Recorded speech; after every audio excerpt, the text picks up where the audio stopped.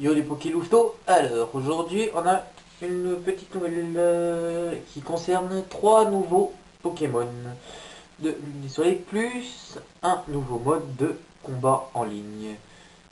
Aujourd'hui j'ai un petit peu la flemme de faire de filmer, mais je filme quand même.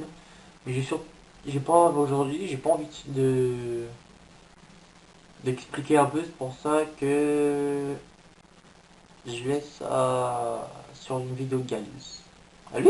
Et je ferai quelques petits montages avec.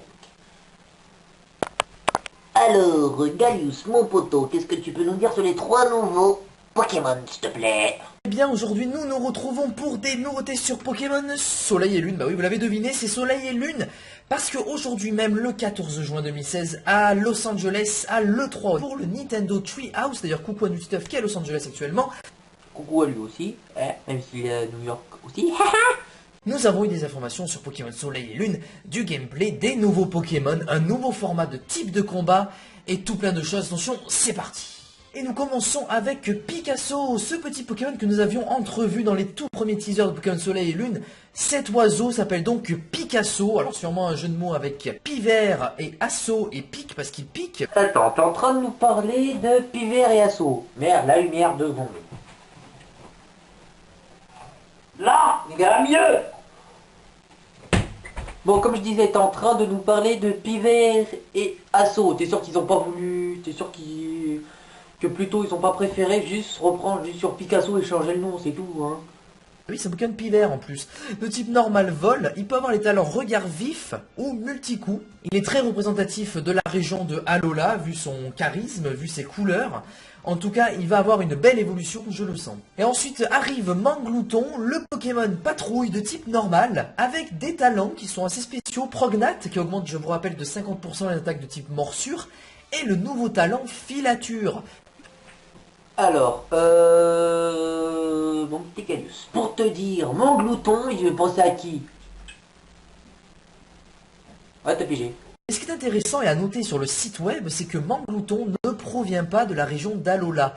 Il a été importé d'une autre région dans le but de contrôler la population d'une certaine espèce de Pokémon.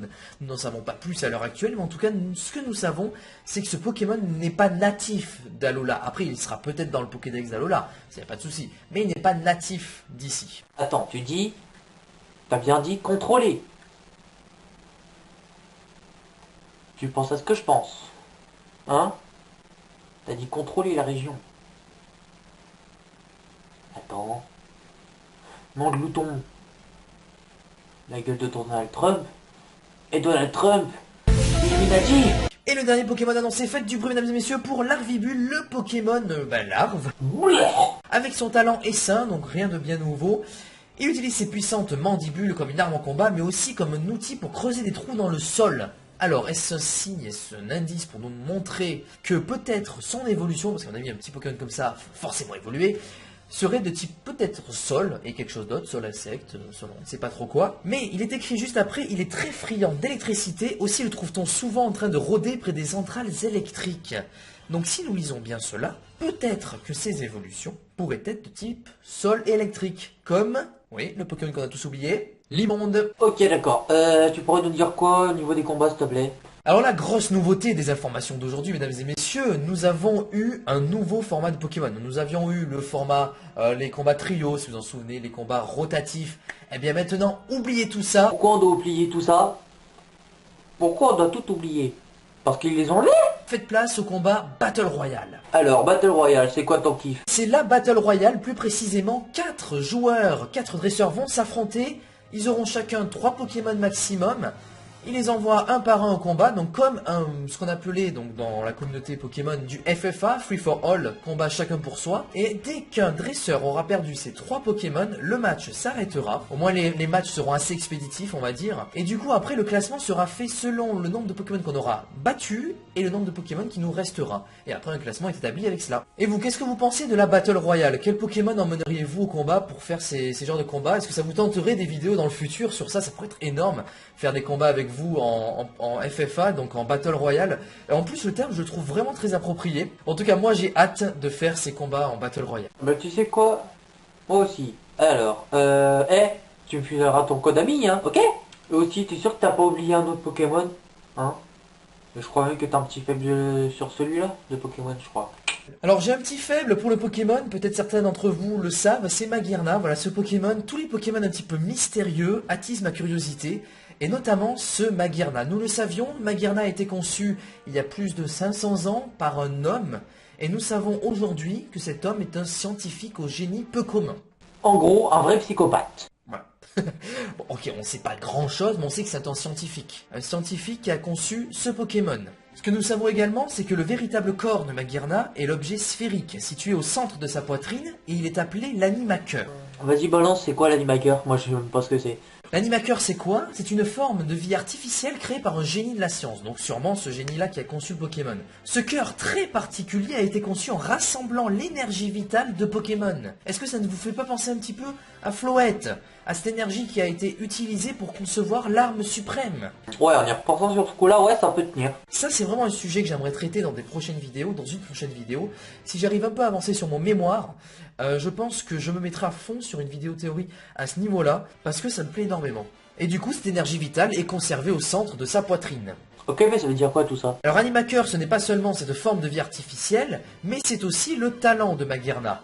Un nouveau talent, qui lui est propre évidemment, puisqu'il va augmenter l'attaque spéciale de Magearna à chaque fois qu'un Pokémon est mis KO au combat. Donc c'est-à-dire que, par exemple, vous faites un combat double, votre Pokémon allié tombe KO, son attaque spéciale augmente. Le Pokémon ennemi tombe KO, son attaque spéciale augmente. C'est un peu comme Impudence quand l'attaque augmente, mais sauf que l'impudence, je ne suis pas sûr que l'allié puisse faire monter l'attaque du Pokémon qui a impudence. Du coup, c'est vachement intéressant comme talent. Si vous faites un petit peu attention à l'animation au combat, on peut voir que l'augmentation de stats, et j'imagine aussi la baisse de stats, a été un peu revue. Les petites étoiles qui scintillent un peu, je trouve ça vraiment joli. Et du coup, ça m'a l'air vraiment plus fluide également. Donc ça, c'est vraiment un plus pour ces nouveaux jeux. Ah oui, également, petit aparté, on peut voir lors du combat de la Battle Royale, enfin à l'intro, que les dresseurs ont d'autres habits, vraiment d'autres habits. Alors, est-ce que ce sera possible d'en acheter, d'en avoir dans le jeu? Je pense que oui, vu comment ils nous les montrent. Après, ça reste encore à confirmer. Ouais, ça on avait remarqué un peu dans les autres trailers.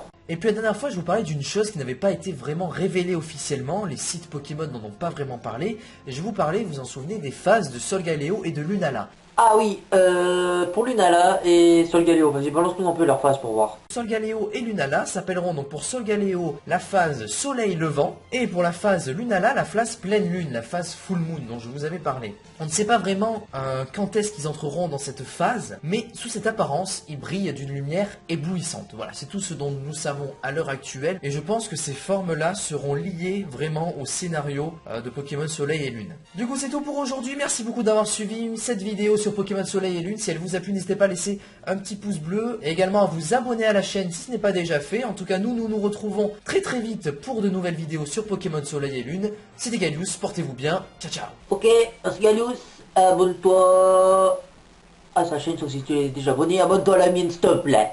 Je vais désabonner s'il te plaît. Vas-y, balance les abonnés mon gars.